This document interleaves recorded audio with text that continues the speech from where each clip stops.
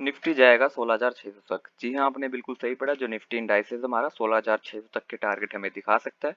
Check कर लेते हैं इस वीडियो में क्या पॉइंट्स है जिनकी वजह से हमें पता चलता है कि जो निफ्टी है 16,600 तक जा सकता है। वीडियो में सिर्फ हम फैक्ट्स के ऊपर बात करेंगे और जो इंपॉर्टेंट पॉइंट्स हैं उनको इंक्लूड करेंगे ताकि वीडियो छोटी से छोटी बन सके, और कोशिश करूंगा कि बहुत ही आसान लैंग्वेज में आपको समझा सकूं।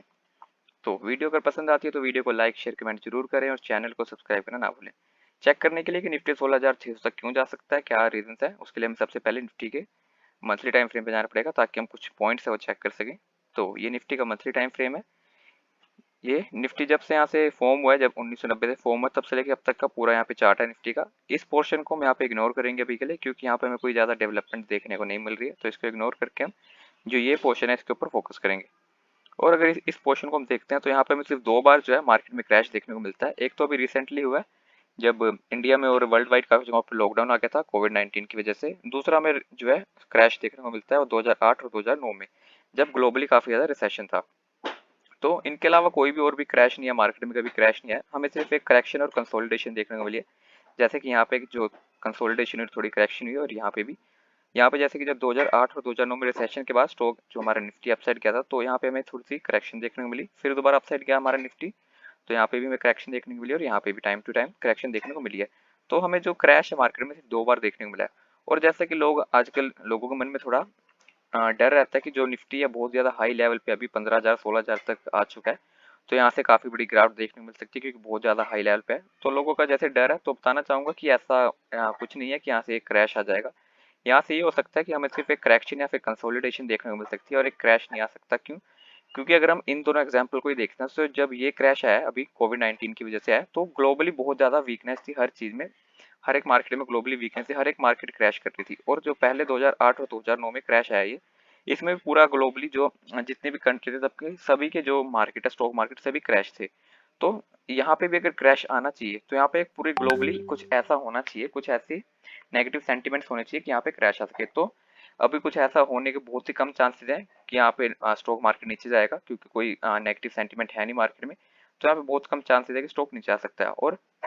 और एक तो रीजन ये भी, जैसे कि यहाँ पे हम अभी जो मार्केट में सब लोग जान चुके हैं, सबको अभी ये अवेयर है कि अगर यहाँ पे क्रैश आता है तो पहली बात तो ये इतना बड़ा क्रैश नहीं आएगा, क्योंकि जो एक रीजन है जैसे कोविड-19 का एक रीजन है, तो पहली बार में जो इम्पैक्ट पड़ता है किसी भी चीज का, दूसरी बार में उसका इम्पैक्ट उतना ज्यादा नहीं होता। तो यहाँ पे कमी जो है गिरावट हो सकती है। अगर इनके जैसे कि आज आज दोबारा कोई लॉकडाउन लगता है पूरे वर्ल्ड वाइड लगता है, तो यहाँ पे जो ये इम्पैक्ट है ये उतना इतना ज्यादा नहीं होगा। जैसे 6,000 पॉइंट तक गिर गया था यहाँ से निफ्टी यहाँ तक, तो यहाँ पे हो सकता है कि 2,000 3,000 तक ज्यादा से ज्यादा पॉइंट गिर सकता है, ज्यादा से ज्यादा 2-3 हजार, बट ज्यादा जो है क्रैश नहीं आएगा। और दूसरी बात ये कि अगर जैसे कि यहाँ पे क्रैश है तो उसके बाद सबको पता है कि मार्केट कितनी ज्यादा अपसाइड भागी है यहाँ से, क्योंकि जब 7,500 तक मार्केट है उसके बाद से कंटिन्यूसली कितना ज्यादा अपसाइड गई है।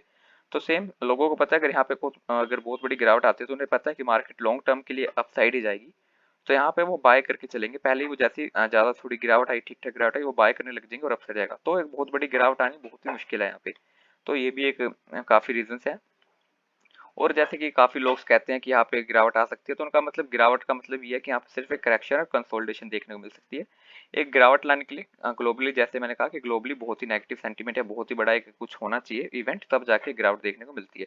तो एक चीज तो माइंड से हमें अभी निकाल देनी चाहिए कि यहाँ पे क्रैश आएगा, सिर्फ करेक्शन हो सकती है। क्रैश के चांसेस बिल्कुल ना के बराबर है, बिल्कुल 1 या 2% के क्रैश के चांसेस है। तो यहाँ पे हम इसे इग्नोर करते हैं। अब हम जैसे कि हमें पता चल गया क्रैश क्रैश तो नहीं आएगा, अब चेक करते हैं कि अपसाइड जो स्टॉक है हमारा क्यों जा सकता है निफ्टी। यहाँ पे हम आएंगे डेली टाइम फ्रेम पे। डेली टाइम फ्रेम पे अगर हम यहाँ पे ध्यान से देखते हैं, जो निफ्टी जब है यहाँ पे कोविड-19 के बाद काफी बड़ी गिरावट आई, उसके बाद से कंटिन्यूसली अपसाइड जा रहा है। अपसाइड जाके यहाँ पे जो निफ्टी हमारा यहाँ पे चैनल में ट्रेड कर रहा था और कंसोलिडेट हुआ था, जैसा हमने पीछे भी बात की मंथली टाइम फ्रेम पे कि जो स्टॉक है सिर्फ करेक्ट होते हैं, क्रैश नहीं होता उनमें। करेक्शन आती है या फिर थोड़ा सा रिट्रेसमेंट होती है। तो यहाँ पे इसमें जैसे रिट्रेसमेंट हुई है, थोड़ी सी करेक्शन आई है, और एक चैनल में ट्रेड कर रहा था। तो जैसे कि यहाँ पे चैनल में ब्रेकआउट आया, ब्रेकआउट के बाद अपसाइड जा रहा है, सेम यहाँ पे अपसाइड भी यही हो सकता है। यहाँ पे भी थोड़ी सी कंसोलिडेशन या करेक्शन हो सकती है, बट लॉन्ग टर्म के लिए जो निफ्टी हमारा अपसाइड ही जाएगा। तो यहाँ से में जो चैनल में ब्रेकआउट आया इससे हमें ये पता चलता है। और जो मेन चीजें और कुछ अगर वो डिस्कस करते हैं, तो कोई भी स्टॉक है जैसे निफ्टी 50 हो गया हमारा, निफ्टी 50, रिलायंस, एचडीएफसी, कोई भी अगर दूसरा स्टॉक है कोई भी, तो हर एक स्टॉक अपसाइड जाते टाइम काफी सारे पैटर्न्स बनाता है। बट मेन उसमें जो पॉइंट है ये है कि हमें सिर्फ कुछ एक स्पेसिफिक पैटर्न्स होते हैं जो हमें रिकॉग्नाइज करने होते हैं। और ये स्पेसिफिक पैटर्न कुछ ऐसे होते हैं कि ये जो सबसे ज्यादा इम्पैक्ट डालते हैं स्टॉक के ऊपर, स्टॉक में सबसे इंपॉर्टेंट पैटर्न यही होते हैं और सबसे ज्यादा इम्पैक्ट डालते हैं। और जो निफ्टी हमारा इंडेक्स है, निफ्टी में जो इम्पोर्टेंट पैटर्न है वो ये है कि निफ्टी 1150 और 1200 की रेंज में ट्रैवल कर रहा है अभी, 1150 पॉइंट और 1200 के पॉइंट में। और अगर यहाँ पे मैं शो करता हूँ कि कैसे ट्रैवल कर रहा है, तो यहाँ पे अगर मैं ये रेंज, यहाँ पे रेंज में सेलेक्ट करता हूँ, जैसे कि ये निफ्टी अपसाइड गया, यहाँ पे आके गिरावट आई स्टॉक में, मैं इस रेंज को सबसे पहले इस रेंज को मानूंगा यहाँ पे, जैसे ये हमारा हाईएस्ट पॉइंट, उसके बाद आ गया हमारा ये लोएस्ट पॉइंट निफ्टी का। तो अगर हम इसको देखते हैं तो ऑलमोस्ट, अगर हम एक मिनट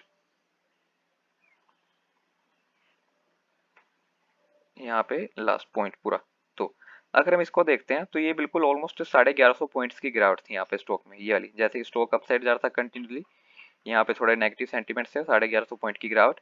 और अगर इसी चीज को मैं उठा के ये जो करेक्शन है ये स्टॉक में, अगर इस पे शिफ्ट करता हूँ, जैसे कि ये जो पॉइंट है करेक्शन का हाईएस्ट पॉइंट और ये लोएस्ट पॉइंट करेक्शन का, इसको उठा के मैं सिर्फ इस पे शिफ्ट कर देता हूँ हाईएस्ट पॉइंट के पास, यहाँ पे लगाया इसको।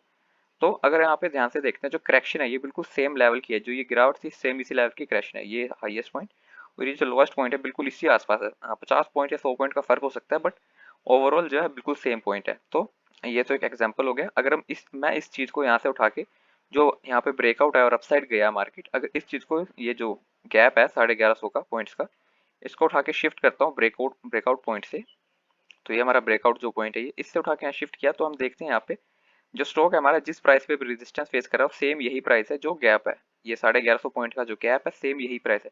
यहाँ पे स्टॉक देख सकते हैं हम काफी बार यहाँ रेजिस्टेंस फेस कर रहे हैं यहाँ पे कंटिन्यूली, जैसे कि यहाँ पे कंटिन्यू अपसाइड जाता है वैसे नहीं जा रहा है, यहाँ पे भी 5-6 दिनों से ज्यादा दिन हो गए, काफी ज्यादा दिन हो गए यहीं पे रेजिस्टेंस फेस कर रहा है। तो यहाँ से भी हमें कंफर्मेशन मिल रही है कि जो निफ्टी में पॉइंट्स का जो पैटर्न है वो पॉइंट्स के ऊपर डिपेंड है अभी के लिए, कि जो 1150 पॉइंट्स है उसके अकॉर्डिंग यहाँ पे ट्रैवल कर रहा है। और अगर इसी चीज को, जैसे कि हमने तो यहाँ से 3 पॉइंट्स पे चेक किया, अगर यहाँ पे मैं हिस्ट्री में यहाँ पे रिपीट करता हूँ, देखने में हमें यहाँ पे कहीं नहीं लग रहा कि ऐसा पैटर्न बन रहा है कि यहाँ पे 1150 पॉइंट्स का पैटर्न है।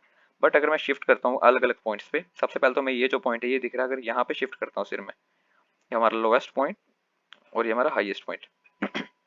तो अगर अब यहाँ पे हम ध्यान से देखते हैं तो ये लोएस्ट पॉइंट से हाईएस्ट पॉइंट्स का जो गैप है ऑलमोस्ट 1100 पॉइंट का, जैसे अपसाइड गया फिर यहाँ पे आके इसने रेजिस्टेंस फेस किया, यहाँ पे करेक्शन हुई, जैसे कि अपसाइड के बाद यहाँ करेक्शन, सेम यहाँ पे ओवरऑल चार्ट देखते हैं, यहाँ पे अपसाइड गया, यहाँ पे करेक्शन हुई, फिर अपसाइड गया, सेम यहाँ पे 1100 पॉइंट का जो है हमें करेक्शन, यहाँ पे 1100 पॉइंट का हमें अपसाइड मूव देखने को मिले, फिर करेक्शन। और इसी चीज को अगर अब मैं यहाँ पे अपसाइड क्लिक कर देता हूँ, यहाँ पे सेट कर देता हूँ, जैसे ये लोएस्ट पॉइंट है, यहाँ से इसको पिक किया गैप को, प्राइस रेंज को, और यहाँ पे शिफ्ट कर दिया ये। तो अगर यहाँ पे भी देखते हैं तो यहाँ से अपसाइड गया स्टॉक, यहाँ पे थोड़ा सा कंसोलिडेट हुआ, यहाँ पे डाउन साइड आके इसी प्राइस पे, बिल्कुल इसी प्राइस के आसपास आके यहाँ पे इसने रिटेस्ट किया, उसके बाद हमें एक अपसाइड मूव देखने को मिली। और अगर मैं आगे भी यहाँ पे शिफ्ट कर देता हूँ कहीं इसी चीज को, यहाँ पे लोएस्ट पॉइंट से जो लोएस्ट पॉइंट बना था ये वाला जो लोएस्ट पॉइंट है, यहाँ से शिफ्ट किया मैंने आगे, तो यहाँ पे देखते हैं तो इसी प्राइस के पास आके इस स्टॉक ने यहाँ पे गिरावट फेस की, यहाँ पे जो एक करेक्शन आई है। तो ये यहाँ से हमें प्रॉपरली जो एक कंफर्मेशन मिलती है, जो ये रेंज है 1150 की, निफ्टी इसी रेंज के अकॉर्डिंग यहाँ पे ट्रैवल कर रहा है। तो अगर अब मेरे को यहाँ पे टारगेट पता करना है कि निफ्टी का अपसाइड का टारगेट क्या हो सकता है, तो जैसे कि हमने यहाँ पे काफी जगहों पे जहाँ पे अपसाइड मूव आई है बॉटम से अपसाइड की, उस पे इसको शिफ्ट किया है, तो सेम इसी चीज को मैं यहाँ पे शिफ्ट कर दूंगा, क्योंकि ये बॉटम बनाया अभी निफ्टी ने, ये जो पॉइंट है बॉटम बनाया, अगर मैं इस बॉटम से इसको अपसाइड में शिफ्ट करता हूँ, तो ये गैप यहाँ से शिफ्ट कर दिया हमने इस पॉइंट पे ऑलमोस्ट, ठीक है।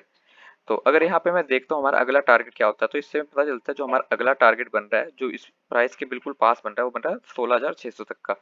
तो एक तो ये रीजन है जिससे हमें पता चलता है कि हमारा जो टारगेट हो सकता है 16,600 तक का। 16,600 का टारगेट तो वैसे बहुत ऊपर का है, बट इस रेंज के अकॉर्डिंग 16,600 का बनता है। बट अगर हम छोटा टारगेट मान के चलते हैं बीच का, क्योंकि कहीं ना कहीं वो तो रेजिस्टेंस फेस करेगा ही, क्योंकि ये तो है नहीं कि एक ही दम यहाँ से हमें 16,600 तक के टारगेट मिलेंगे। जो बीच में जो दूसरा टारगेट बनता है उसके लिए हम क्या करते हैं, यहाँ पे जो हमारा पिच फोक टूल होता है उसे यूज करते हैं। तो और पिच फोक टूल से भी हमें काफी सारी इन्फॉर्मेशन मिलती है। अगर यहाँ पे मैं लोएस्ट पॉइंट पे पिच फोक टूल लगाता हूँ, फिर यहाँ पे हमारा हाईएस्ट पॉइंट, उसके बाद हमारा एक और लोएस्ट पॉइंट,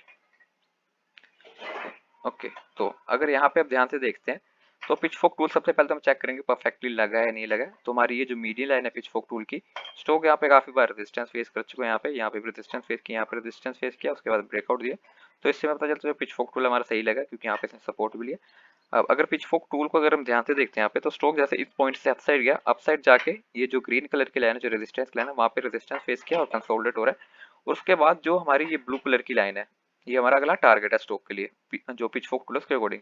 और ये टारगेट कहाँ तक बन रहा है, हमारा बन रहा है 16,200 तक का, ये वाला और नॉर्मली हम काफी जो लोग से बात भी कर रहे हैं कि निफ्टी का जो टारगेट अगला 16,200 तक का है, तो यहाँ से हमें ये भी पता चलता है कि 16,200 का टारगेट है वो भी अचीव हो सकता है आसानी से। निफ्टी में कोई इश्यू नहीं होना चाहिए कि यहाँ पर 16,200 का टारगेट आ जाएगा। और 16,200 के बाद जो टारगेट बन रहा है, ये हमारी जो हमने एक्सटेंशन वाली लाइन लगाई है पिचफोक टूल की, ये जो बैंगनी कलर की है, तो ये हमारा जो टारगेट बनता है ऑलमोस्ट 16,600 तक का बनता है। तो इससे भी हमें कंफर्मेशन मिल रही है कि जो टारगेट हमारा 16,600 तक का वो हमारा परफेक्ट है, कि हमारा जो अगला टारगेट होगा 16,200 के बाद का 16,600 तक का होगा। तो यहाँ से भी हमें काफी सारी इंडिकेशन देखने को मिल रही है।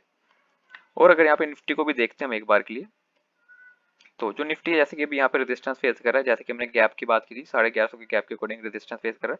तो यहाँ पे रेजिस्टेंस फेस करके अभी ये होगा कि जैसे रेजिस्टेंस है अभी यहाँ पे कंसोलिडेट हो चुका है, क्योंकि डाउन साइड मूवमेंट आ चुकी है इसमें, यहाँ पे करेक्ट हो चुका है। अब यहाँ पे बस एक ब्रेकआउट वो दे रहा है, यहाँ पे एक ब्रेकआउट देखने को मिल सकता है। और पहला टारगेट हमारा 1600, 1600-200 और उसके बाद 16,600 तक के हमें अचीव हो सकते हैं। तो ये हमारा एनालिसिस है निफ्टी के ऊपर कि निफ्टी कैसे 16,600 तक का टारगेट अचीव कर सकता है। हाईली चांसेस है कि निफ्टी 16,600 का टारगेट अचीव कर सकता है, बट जरूरी नहीं है कि इसको अचीव करना ही है। ये हो सकता है कि जो निफ्टी को अचीव करने में टाइम लग सकता है 16,600 टारगेट को, क्योंकि जो स्टॉक मार्केट है कोई एक दो या 5-10 फैक्टर्स के ऊपर डिपेंड नहीं होती, क्योंकि निफ्टी जो मार्केट है स्टॉक मार्केट काफी सारे इसमें फैक्टर्स हैं। अगर मान लेते हैं अगर जैसे कि अगर अभी जैसे मार्केट में या फिर वर्ल्ड वाइड कोई ऐसी नेगेटिव सेंटीमेंट नहीं है, बट कल जैसे मार्केट अगर गवर्नमेंट कोई रूल ले आती है कुछ, या फिर आरबीआई की तरफ से हमें कुछ ऐसी इंडिकेशन आती है, कोई न्यूज आ जाती है, या फिर हमें फेड की तरफ से यूएस की तरफ से कोई न्यूज आती है, तो उन वजह से जो मार्केट है मार्केट पे थोड़ा इम्पैक्ट पड़ सकता है। यहाँ पे हमें कभी भी कहीं पे करेक्शन देखने को मिल सकती है, बट जो हमारा 1600 का टारगेट है 16,600 तक का, वो हमें अचीव होता, वो जल्द से जल्द अचीव हो जाना चाहिए। तो ये निफ्टी के ऊपर हमारा एनालिसिस था कैसे 16,600 के टारगेट अचीव हो सकते हैं। वीडियो अगर आपको पसंद आई है, वीडियो को लाइक शेयर कमेंट जरूर करें और चैनल को सब्सक्राइब करना ना भूलें। मैं नए नए स्टॉक्स के ऊपर नई नई वीडियोस लाता रहूंगा। Thank you.